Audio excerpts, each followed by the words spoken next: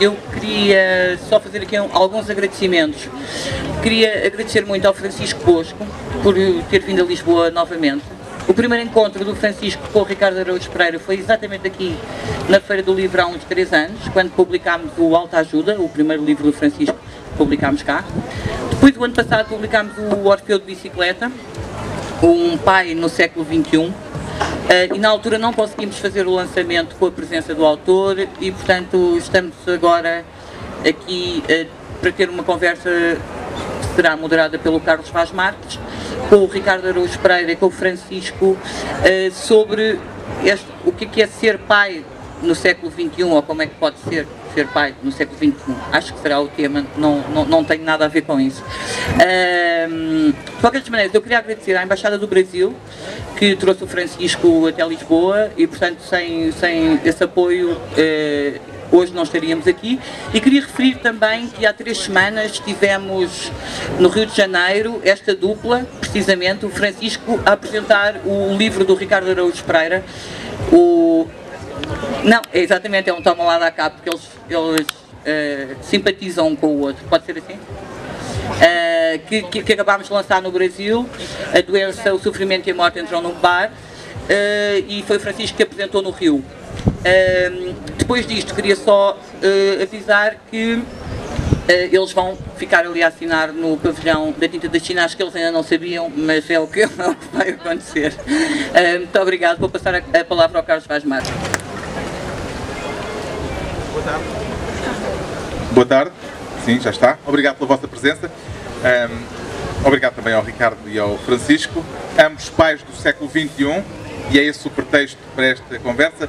É justamente a questão para o debate que vamos ter aqui durante os próximos minutos, a interrogação sobre o que é ser pai do século XXI, o que me põe num papel apenas lateral, uma vez que eu sou pai do século XX e, portanto, não tenho nada a ver com estas questões. Sinto-me até já um tanto excluído ao lado destes 2 jovens pais. O protagonismo e o pretexto para a conversa, como a Bárbara Bolhosa já disse, é este livro, Orfeu de Bicicleta, que tem justamente como subtítulo Um Pai no Século XXI, o livro do Francisco Bosco. Evidentemente vou-me dispensar de apresentar o Ricardo Araújo Pereira, digo apenas que é pai de 2 filhas. E quanto ao Francisco Bosco, talvez valha a pena só uma pincelada rápida. É carioca, nasceu em 1976, é um influente ensaísta e cronista brasileiro. Tem, aliás, outro livro também já referido pela Bárbara Bolhosa, publicado em Portugal pela Tinta da China, um livro chamado Alta Ajuda, que também recomendo vivamente e que também está à venda na barraca da Tinta da China. É doutorado em Teoria da Literatura, com uma dissertação sobre Roland Barthes, e este Orfeu de Bicicleta, aliás, é o equivalente, lembrou-me muito, à medida que o lia, até em termos formais, pela organização do próprio livro, talvez seja o equivalente ao que na obra de Barthes será aquele livro extraordinário intitulado Fragmentos de um Discurso Amoroso. Só que neste caso, o discurso amoroso, trata-se também de um discurso amoroso, neste caso, mas é o discurso de um pai que se confronta com a sua nova condição existencial a partir do momento em que tem filhos. No caso do Francisco, 2 filhos, uma filha de 5 e um filho de 3. O livro foi escrito quando o filho tinha apenas uns meses e, portanto, há muito reflexo dessa condição nova, que ao mesmo tempo é de júbilo, mas também de sofrimento, e esse é um dos aspectos mais fortes e interessantes do livro, é o não dourar a pílula em momento nenhum, mas também, evidentemente, não negar nem esconder o entusiasmo e a transformação que essa nova condição lhe traz. Creio que todos teremos uma percepção clara de que nas últimas décadas os papéis, digamos, os papéis tradicionais dos pais e das mães se alteraram de uma forma muito significativa. Isso tem sido muito sublinhado pelas enormes mudanças que aconteceram, por exemplo, com a chegada das mulheres ao mercado de trabalho. Tem sido muito sublinhado no papel das mães e na condição do que é ser mãe. O aumento dos divórcios, por exemplo, também fez com que passasse a haver muitas famílias monoparentais e, a partir desse momento, as transformações que se deram alteraram também, inevitavelmente, o papel dos pais, que é ser pai nestas novas circunstâncias em que vivemos. E é neste contexto que o livro do Francisco Bosco coloca uma questão fundamental, que é a questão que nos vai guiar ao longo desta conversa, formulada por ele da melhor forma que me parece possível, e eu não conseguiria dizer melhor, portanto limito-me a transcrevê-la. Pergunta ele a certa altura se a mãe não depende do pai para o sustento material do filho, como antigamente, e se o filho não depende do pai para o seu sustento fisiológico, como desde sempre, que lugar pode ocupar esse pai? É essa a questão com que estão confrontados os pais do século XXI. E eu, antes de passar a palavra ao Francisco Bosco, passo a palavra ao Ricardo Araújo Pereira, porque ele recentemente escreveu uma crónica na revista Visão, aliás, já a discutimos até numa viagem de uma forma acalorada, uma crónica em que o Ricardo Araújo Pereira escrevia qualquer coisa como isto, e vou fazer uma paráfrase muito básica, mas dizia ele que se sente mais próximo da geração dos pais do que da geração das filhas. E eu, intrigado com isto, é uma percepção que eu não tenho, da mesma forma, mas acho que podíamos começar por aqui. Esta transformação dos pais do século XXI, naquilo que eles são hoje, Ricardo, de que modo é que conseguiu ou não aproximá-los da geração dos seus próprios filhos? Como é que tu fazes esta equação entre aquilo que te aproxima da geração dos teus pais? Não digo em termos pessoais, eventualmente isto, cada caso será um caso, mas genericamente o que é que te leva a considerar que a geração dos pais de hoje está mais próxima dos seus pais do que dos seus filhos? Boa tarde. Obrigado por terem vindo. E é uma pena que a primeira pergunta seja para mim, porque vamos adiar o prazer de ouvir o Francisco falar. Vamos tentar suportar. Vamos lá ver. De facto, eu tenho uma impressão, quer dizer, tenho uma sensação que é... A primeira é que as gerações, até agora, acho eu que eram mais ou menos equidistantes. Ou seja, que uma pessoa se sentia mais ou menos equidistante entre a geração dos pais e a geração dos filhos. Parece-me que era... Tenho a sensação que isso era assim. Com maior ou menor variação, estando mais ou menos próximos, eram razoavelmente equidistantes entre a geração dos pais e a geração dos filhos. O que eu sinto hoje é que eu sou pai de filhas que já nasceram no século XXI. Eu não digo isso necessariamente em relação às minhas filhas, mas em relação à geração das minhas filhas. Talvez seja verdade que a distância que vai entre mim e essa geração é incomparavelmente maior do que aquela que vai entre mim e os meus pais, e incomparavelmente maior do que de qualquer geração que já houve para a geração seguinte.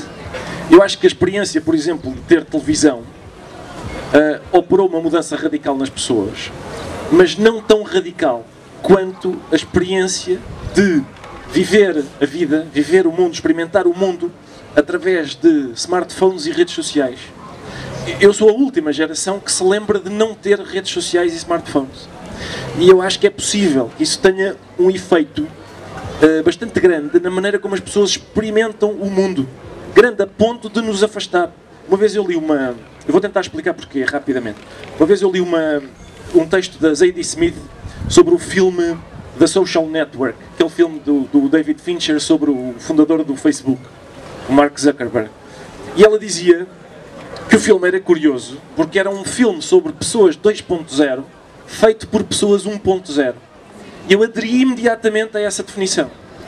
Mesmo não a compreendendo totalmente, ou seja, se eu quiser explicá-la, talvez eu não saiba exatamente explicá-la, mas eu adiro imediatamente à noção de que eu sou uma pessoa 1.0 e de que as minhas filhas são pessoas 2.0.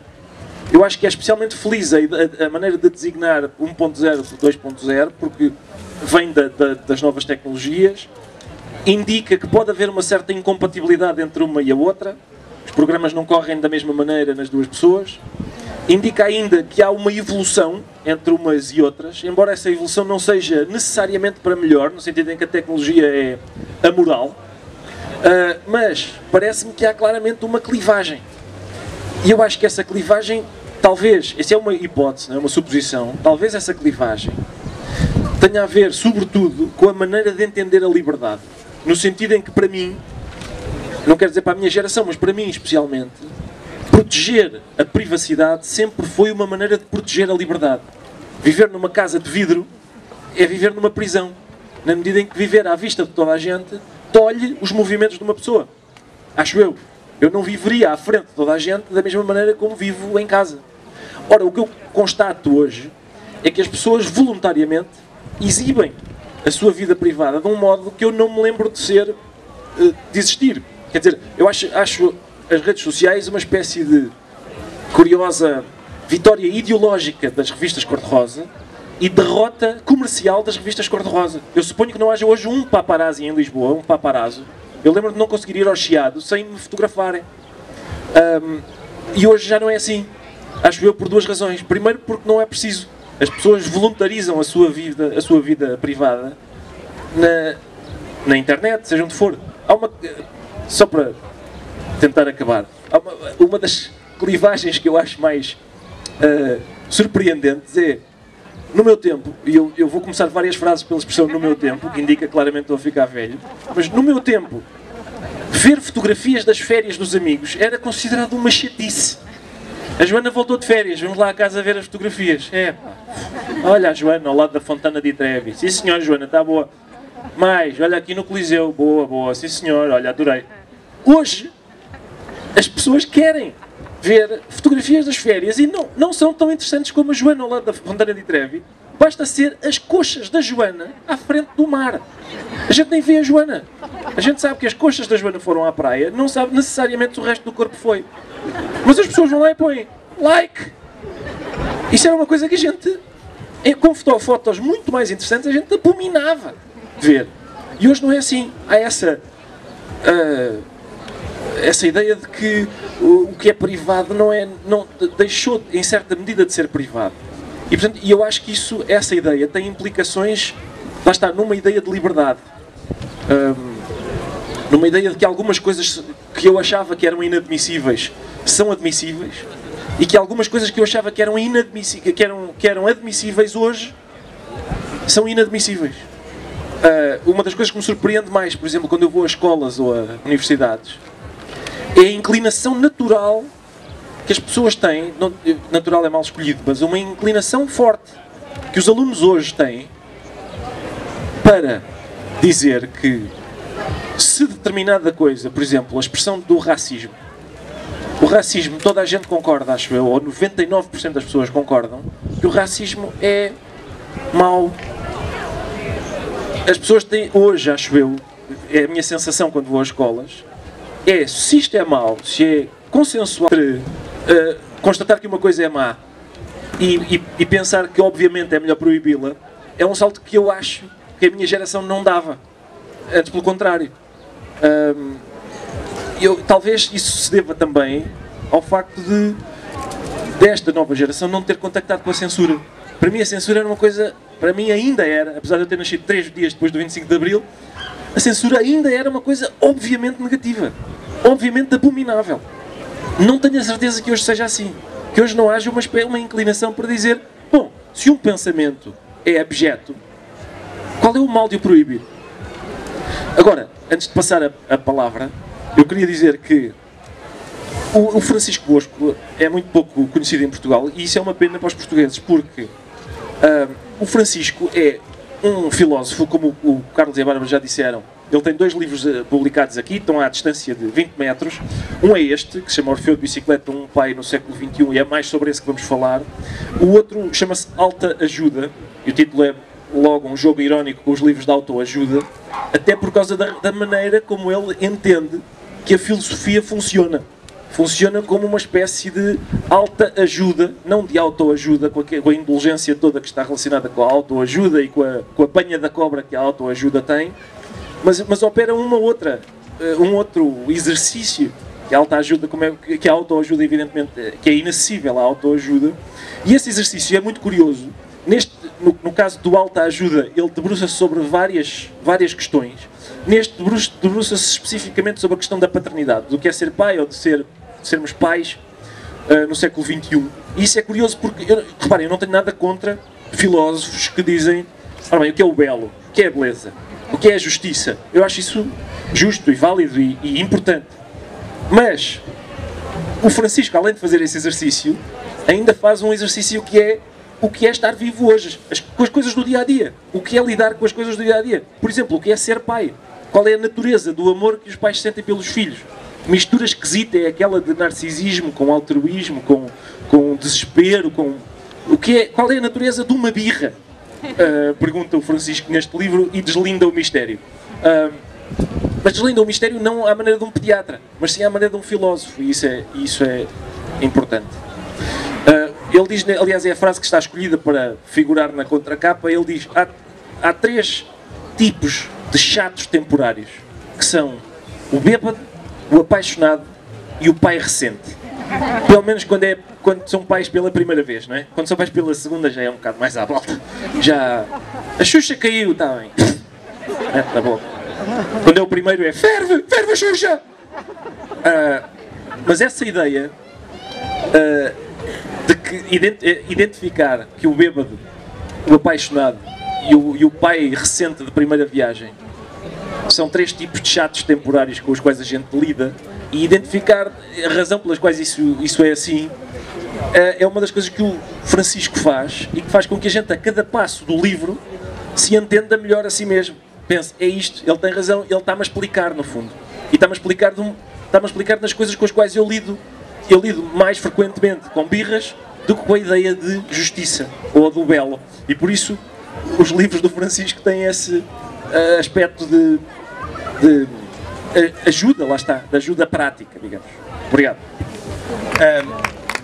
Parental, altruísmo e narcisismo são uma coisa só. Acho que isto é ao encontro do que o Ricardo estava a sublinhar. Mas eu gostava de... Evidentemente o livro é uma reflexão sobre o que é ser pai, e parte dessa reflexão talvez seja universal e intemporal, mas há, nomeadamente no que diz respeito à privação do sono, que é um aspecto muito referido no livro, mas eu gostava de tentar de pedir ao Francisco que tentássemos identificar aquilo que se terá transformado para isolarmos o que é específico dos pais do século XXI, por contraponto com os pais de gerações anteriores, e para ver se, tenho muita curiosidade sobre isso, se as conclusões do Francisco são as mesmas do Ricardo, no sentido desta distância, desta relação geométrica na distância com o passado e com o futuro. Quer dizer, também como o Ricardo, Francisco, te sentes mais próximo da geração dos teus pais, da geração dos teus filhos? Boa tarde a todas e todos, muito obrigado pela presença. Queria começar também agradecendo a Tinta da China pela publicação desse livro e do anterior na pessoa da minha querida amiga Bárbara. Agradecer o apoio que me foi dado pela Embaixada do Brasil, o setor cultural da Embaixada, na figura do Carlos Kessel, que estava por aqui também. E agradecer muito ao Carlos e ao Ricardo pela conversa aqui. Eu tenho um amigo, Carlos, que costuma dizer que a maior divisão, o mundo não se divide entre Oriente e Ocidente, cristãos e muçulmanos, ateus religiosos, benfiquistas e sportinguistas, mas sim entre pais de crianças pequenas e o resto do mundo, né?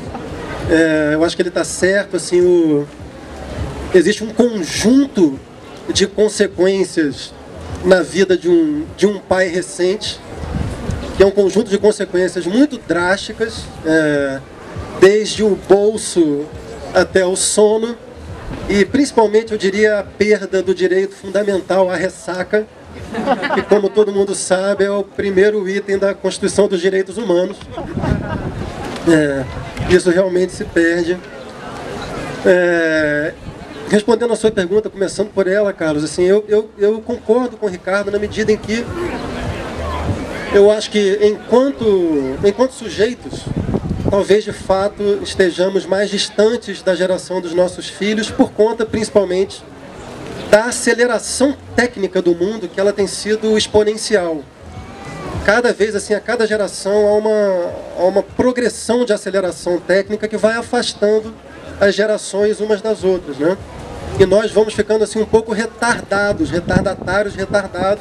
É muito difícil você acompanhar essa evolução técnica à medida em que as gerações seguintes já vão nascendo sob elas. É o que se chama de geração milênio, se não me engano. Eu sou a geração anterior. Por outro lado, eu acho que enquanto pais, Ricardo, estamos mais próximos do que serão os pais da geração dos nossos filhos do que foram os nossos próprios pais, enquanto pais. O meu pai, por exemplo, exerceu um papel tradicional de provedor, foi muito constituído pela construção tradicional do gênero masculino. Incapacidade de explicitação afetiva, né? Demonstrações permanentes de performance no mundo e não em casa, consequentemente a atribuição de todas as tarefas domésticas à mulher, e por aí vai. Foi assim a minha criação. E, no entanto, o que está acontecendo no mundo, pelo menos dos anos 60 para cá, mas de forma muito radical nas últimas 2 décadas, assim, é uma desconstrução dos papéis de gênero, que por sua vez tem um impacto sobre a experiência parental. Se o feminino e o masculino já não correspondem à maneira como se entendiam esses papéis de gênero antes, consequentemente, pai e mãe também não exercem os seus papéis da mesma maneira, né? Então, de um lado, a gente tem mais recentemente essa grande desconstrução de gêneros com um impacto direto no que é a experiência parental. E atrás disso, num tempo histórico muito mais lento, o que nós tivemos foi nada menos do que a invenção da infância nos últimos séculos. Isso nem sempre foi assim.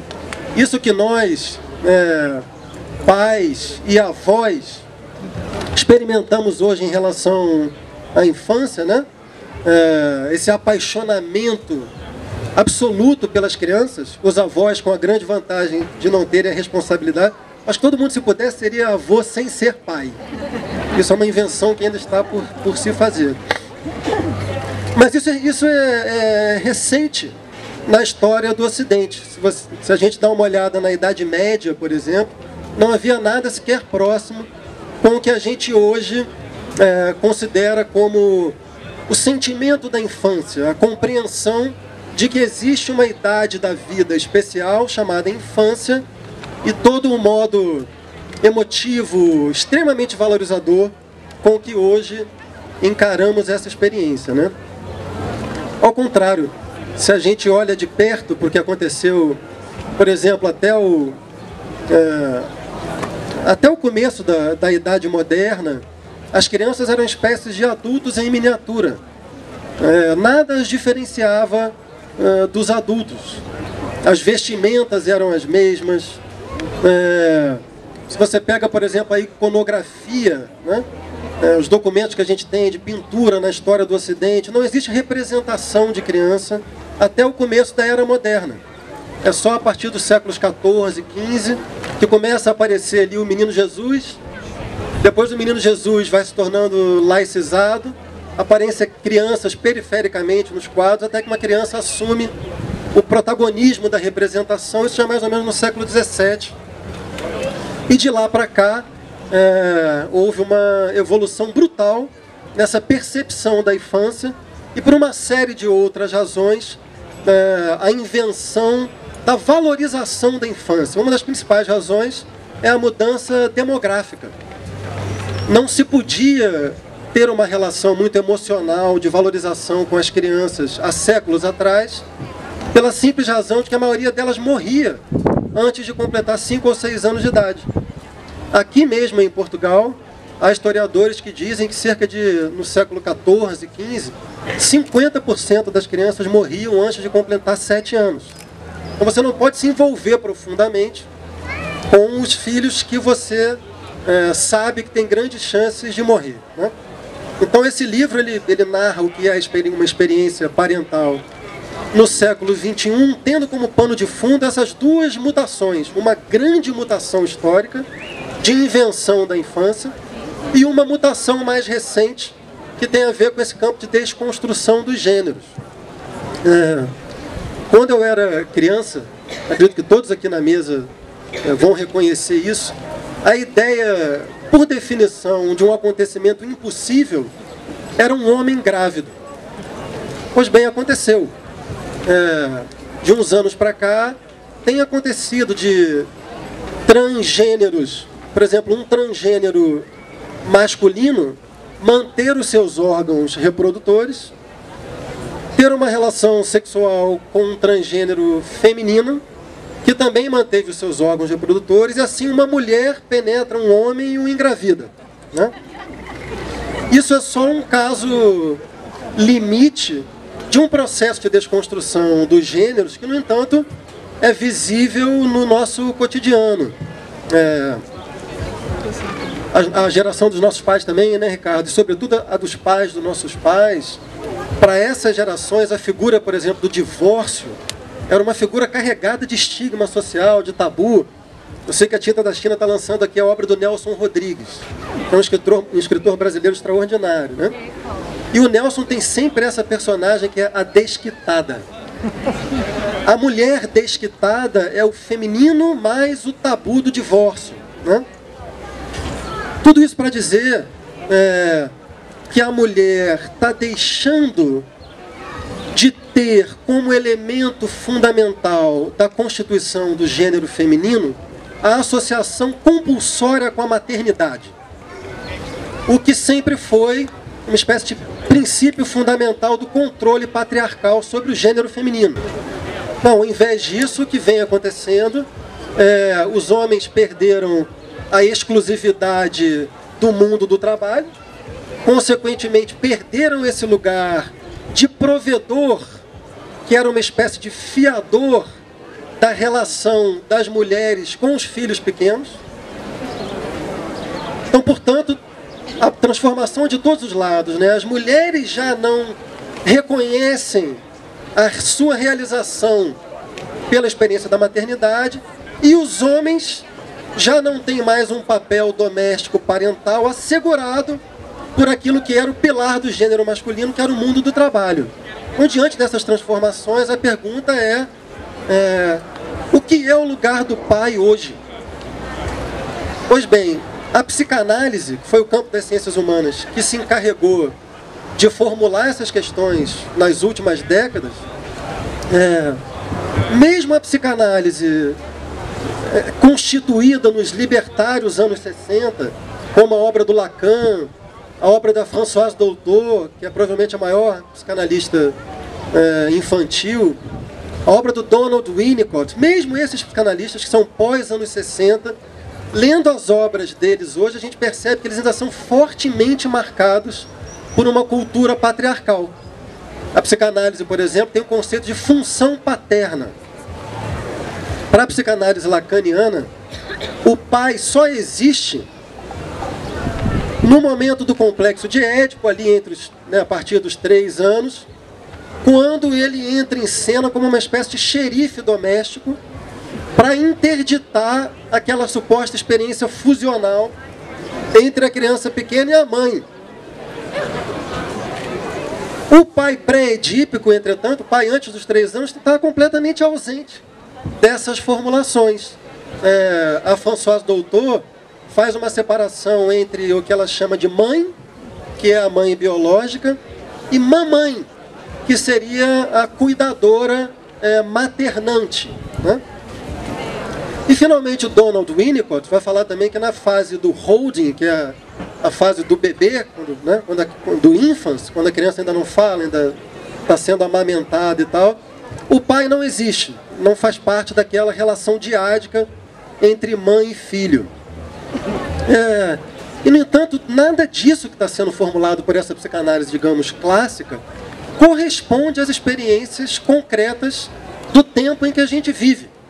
Eu, particularmente, nunca me reconheci nessas formulações. Então, aquilo de que se trata aqui nesse livro é tentar construir, de um lado, um campo conceitual novo, correspondente a essas novas práticas, e de outro lado, um pouco como o Ricardo disse, tentar pensar filosoficamente as figuras cotidianas da experiência parental contemporânea. Ainda sobre essas questões teóricas, eu acho que nós temos que levar até as últimas consequências as práticas de desconstrução contemporânea dos gêneros.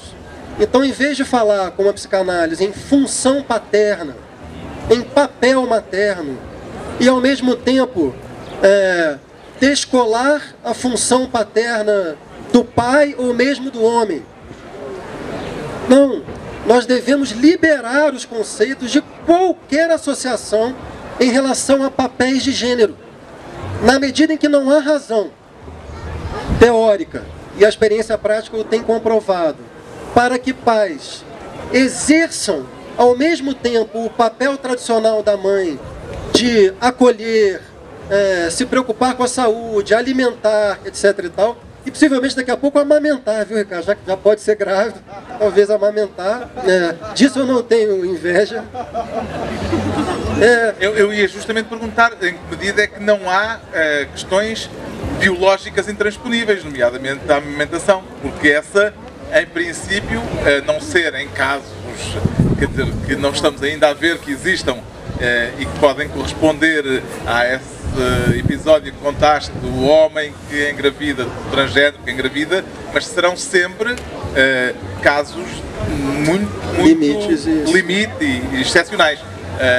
Em que medida é que há uma determinante biológica na função maternal e na função paternal? Nenhuma. Porque o que torna uma mãe não é o real biológico da gestação ou da amamentação. Não fosse assim, o que seria, por exemplo, de mães adotivas ou de mães que não podem ou não desejam amamentar? Elas são menos mães por isso? De forma alguma. E o que seria, por outro lado, da experiência de crianças nascidas numa família de um casal lésbico? Elas estariam privadas do que a psicanálise chama de função paterna? Também não.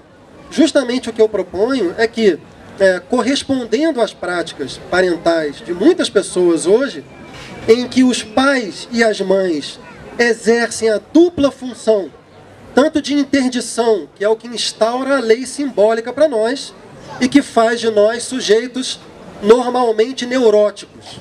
Nós somos sujeitos normais porque tem alguém dentro da família que diz: você não pode ficar chupando o peito da mamãe o dia inteiro. Você tem que trabalhar, vagabundo. Isso aqui eu posso dizer mais em Portugal. No Brasil, as pessoas não são normalmente neuróticas. As pessoas são mais normalmente perversas. Assim, o laço social brasileiro é muito perverso, como a gente está vendo na política brasileira. É um bando de sociopatas, para usar uma palavra que a Bárbara gosta. Mas então, Carlos, eu acho que a gente tem que dar um passo adiante e abandonar esse campo conceitual que tem uma marca tradicional de gêneros ainda muito forte. Chega de falar de função paterna, papel materno, etc. e tal. Acho que a gente tinha que falar em função de interdição e sujeitos de referência. Essas funções, esses papéis, podem ser ocupados por pessoas de qualquer gênero, de qualquer constituição anatômica. Acho que é isso que tanto o campo conceitual quanto o reconhecimento social, é nesse sentido que nós temos que caminhar, para que isso tenha efeito sobre o conjunto das práticas sociais, liberando de uma vez por todas os homens para poderem usufruir dessa experiência, que apesar de todos os seus efeitos colaterais ruins, é uma experiência emocional inestimável, e liberar as mulheres também dessa associação compulsória entre gênero feminino e realização maternal. Eu acho que nesse sentido que todos devemos caminhar para também que consigamos alterar também questões jurídicas relativas, por exemplo, à guarda das crianças em caso de divórcio, etc. e tal. Temos que caminhar para essa radicalização plena do moderno, que é esse fim das associações tradicionais de quaisquer ordens. No fundo é o apagamento de papéis tradicionais com divisões de ordem de género. Exatamente. Eu queria saber o que o Ricardo Eu também, exatamente. Eu queria saber, sentes-te um pai do século XXI? Vamos lá ver. O meu caso especial, o meu caso particular é especial por várias questões. O Francisco está a falar em geral, não é? E é óbvio que em geral toda a gente concorda com o Francisco que não é por ter um aparelho genital masculino ou um aparelho genital feminino que uma pessoa é mais ou menos capaz de fazer por uma criança aquilo que o Francisco, aliás, faz uma espécie de resenha histórica da noção de criança ao longo do tempo, desde hoje, em que nós entendemos a criança como uma pessoa especial, que está ainda por cima que tem direitos, que está direitos reconhecidos, que está numa fase ainda por cima determinante da vida, que vai ser decisiva naquilo em que a criança se vai tornar, para muito antes disto, uma altura em que a criança não era ainda bem uma pessoa, não era exatamente uma pessoa, e por isso a morte de uma criança não era uma ocorrência exatamente, digamos, tão lamentável. E hoje é a mais lamentável de todas, não é? Aliás, há uma parte do livro em que o Francisco diz uma coisa com a qual eu me relaciono, que é a propósito do facto de nós, os filhos, quer dizer, como toda a gente que tem filhos sabe, têm um potencial de gerar alegria inigualável, e têm também um potencial de gerar infelicidade que mais nada tem.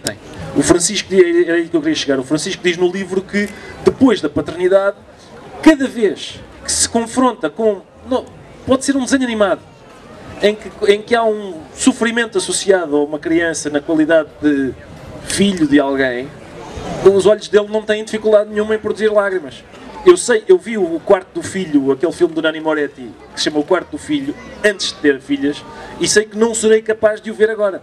Eu gosto muito de um escritor que se chama Emmanuel Carrère, um escritor francês, que tem um livro que se chama D'autres Vies que la mienne, sobre o facto de ele ter estado no Sudoeste Asiático na altura do Marmoto, e sobre o facto de uns vizinhos dele na praia terem ficado sem uma filha. E eu já li vários livros dele e não consigo passar da 20ª página desse, porque aquilo é demasiado pesado. Mas, falando do meu caso especial, que não tem a ver, acho eu, com a minha geração, a minha circunstância concreta é de um filho único, ou seja, de uma pessoa que nunca contactou com bebés, porque não tem sobrinhos, nunca viu um bebê na vida até ter um, que é casado com uma pessoa que sempre tem irmãs e fartou-se de mudar fraldas e sabe o que é um bicho, ou essa criaturinha que é uma criança. Eu tinha, aliás, a sensação falsa, como o Francisco diz aqui, mais uma vez vos digo, mais uma vez o Francisco, como uma espécie de filósofo das coisas cotidianas, interroga-se, por exemplo, sobre uma frase que toda a gente já ouviu, que é um amigo dele diz-lhe assim: eu não tenho filhos porque eu não gosto de crianças. E o Francisco diz: essa frase não faz sentido, porque os nossos filhos e crianças são duas coisas diferentes. Eu adoro as minhas filhas, ou abomino crianças que vão ao meu lado a gritar no avião. Eu olho para eles e digo: porquê? Porquê? Os meus filhos são uma coisa, aliás, o Francisco faz uma espécie de hierarquia afetiva. Os nossos filhos, filhos de amigos, crianças em geral. E, portanto, na minha família especialmente, dada a minha inaptidão a todos os níveis,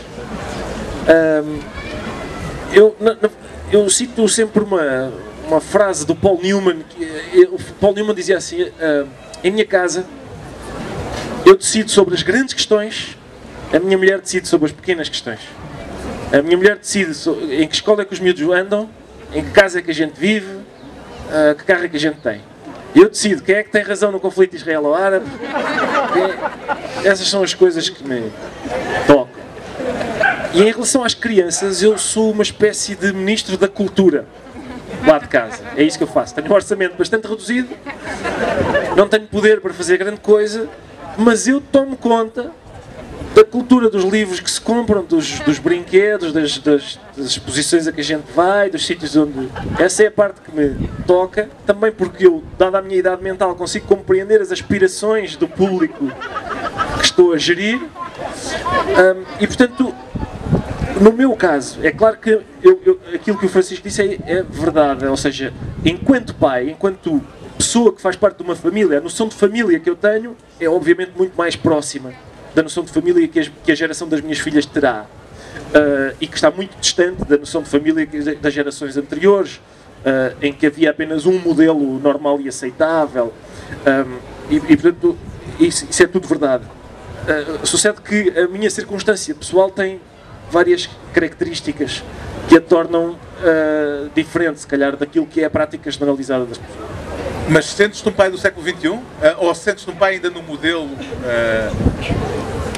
anterior a esta nova configuração em que vivemos e que o Francisco, de certa forma, recenseia no livro? Sim, lá está. A questão é que eu vivo numa sociedade matriarcal. Portanto, o Francisco fartou-se de falar sobre os aspectos nocivos do patriarcado. Em minha casa não existem, porque eu não mando nada. Eu vivo numa sociedade matriarcal, claramente. A figura tutelar da minha casa não sou eu. E portanto, eu sinto-me um pai do século XXI, não por causa disso, mas primeiro porque as minhas filhas são do século XXI, e segundo porque de facto eu creio estar atento a um outro modo de ser pai que, na verdade, se encontra entre... O Francisco também fala disso, que não é aquele modelo de rigidez dos pais dos livros do Dickens, mas eu também suspeito que não seja um certo modelo de laxismo que a gente às vezes hoje encontra. Eu não tenho redes sociais, mas eu convivo com pessoas que têm redes sociais. No Facebook há um grupo que se chama Mães. É um grupo em que pessoas que são mães se inscrevem para conversar sobre os problemas da maternidade, etc. Muitas vezes, as questões colocadas, por exemplo, no outro dia, uma das questões era a seguinte: a minha filha andava no colégio Ramalhão, mas agora vai para a C+S de Sintra, porque ela quis... A miúda tem 8 anos. Eu tenho todo o respeito pela liberdade das crianças, mas quem decide a educação de uma criança de 8 anos não é a criança de 8 anos. Na minha casa não é. E portanto, eu sou, ou seja, um pai que se calhar a gente entende como moderno, digamos assim, por causa da minha relação com as miúdas e tal, mas a existência de regras talvez me transforme num pai reacionário. Eu acho que injustamente, porque me parece que as regras não são só fundamentais, as crianças desejam-nas, acho eu. Uma criança que não tem regras sente-se insegura. Uma criança que sabe quais são os limites, que sabe quais são as regras claramente, sente uma segurança que é o inverso, não é falta de liberdade, é o contrário. Francisco, temos já muito pouco tempo, mas eu queria fazer uma pergunta relativamente ao pós este livro. Ou seja, o livro foi escrito quando o Lourenço tinha meses e quando a Yolanda tinha 1 ano e pouco, não era? Entretanto já passaram 3 anos e eu tenho muita curiosidade em saber que apêndice ou que acrescento ou que segundo volume é que poderia vir da experiência que entretanto o pai Francisco Bosco ganhou depois desta primeira fase da paternidade, da fase do choque, agora já com uma fase maior quantidade de experiências que entretanto a paternidade deu. Carlos, basicamente o Orfeu caiu da bicicleta. Pouco depois de eu escrever esse livro, quando o livro foi lançado aqui, eu não pude vir porque eu tinha assumido um cargo público no Brasil. E o Brasil sofreu um golpe e o meu casamento acabou, eu sofri 2 golpes no mesmo mês. Então basicamente eu deveria escrever um outro livro que é a experiência parental agora do pai divorciado, né? Isso, sim, é um capítulo à parte, assim. Entretanto... Mas aquilo que, o modo como vês a parentalidade e o ser pai alterou-se de alguma forma? Não, eu acho que tem uma mudança progressiva e que é trágica, de certa forma, Esse livro foi escrito porque a relação dos pais com as crianças pequenas, né, é uma relação muito especial. Porque as crianças pequenas, elas não têm o seu ego ainda perfeitamente formado. O ego é uma formação, isso que a gente chama de eu, para a psicanálise, alguma coisa que vai se constituindo com o tempo. E quando a criança é muito pequena, a formação desse ego ela é basicamente feita pela identificação com os pais. Isso se traduz numa experiência de intercâmbio narcisista que não tem igual em nenhuma relação, né? É isso que torna possível que a gente passe por tantas experiências sofríveis com os nossos filhos pequenos, só porque eles têm prazer. Quantas situações de sociabilidade... Eu antes de ter filhos, eu achava que a pior forma de sociabilidade voluntária que o ser humano tinha inventado era o lançamento de livro. Depois eu descobri que são as festas infantis. E eu já fui em inúmeras, porque eu amo os meus filhos e eu me alegro com a alegria deles. Ora, isso só é possível porque, de certo modo, eles ainda não são pessoas autônomas. Mas o que vai acontecendo, infelizmente, fatalmente eles vão se tornando pessoas autônomas. Tem muitas mães e pais que tentam fazer o possível para que isso não aconteça. Mas as consequências disso no futuro são piores ainda. Então acho que só nos cabe aceitar essa tragédia, né? Então acho que esse livro aqui só existe porque são crianças pequenas, portanto nessa fase de pré-autonomia.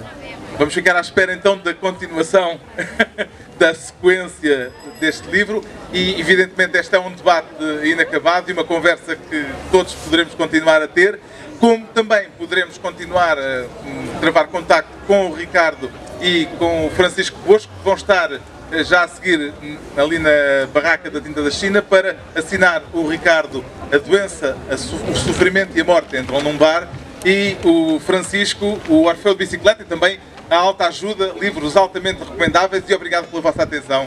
Boa tarde.